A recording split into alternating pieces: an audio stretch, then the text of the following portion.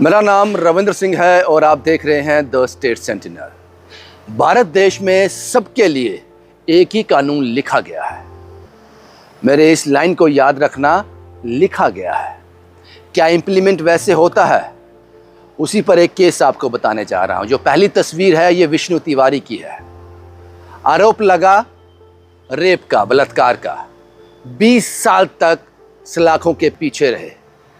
जब 20 साल के बाद बाहर आए, माँ बाप मर चुके थे, ज़मीन बिक चुकी थी। इस केस के सिलसिले में सब कुछ तबाह हो चुका था, जवानी गर्क हो चुकी थी। 20 साल के बाद अदालत ने निर्दोष घोषित कर दिया और छोड़ दिया। ये पहला केस विष्णु तिवारी का।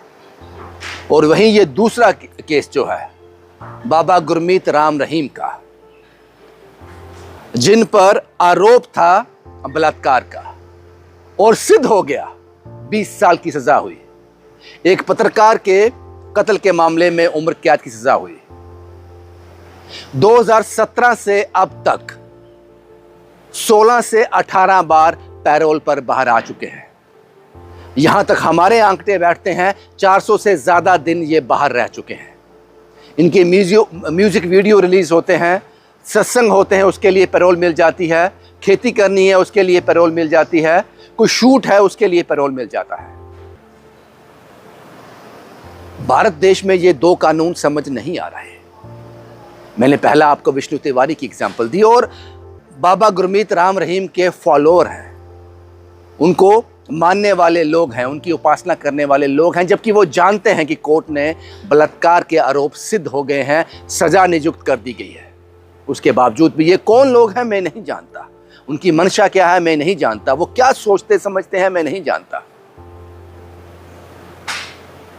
विष्णु तिवारी का केस मैंने आपके सामने रखा। 20 साल निर्दोष, माँ बाप मर गए इसी 20 साल में, जमीन बिक गई, घर बिक गया, जवानी गर्क हो गई। और दूसरा बाबा राम रहीम। फिर मेरी समझ में आता है, फिर मेरी सोच में आता है, मैं सोचता हूं कि भारत में सबके लिए एक ही कानून लिखा गया है, लिखा गया है। सबके लिए एग्जीक्यूट वैसा होगा, इसकी कोई पुष्टि नहीं है।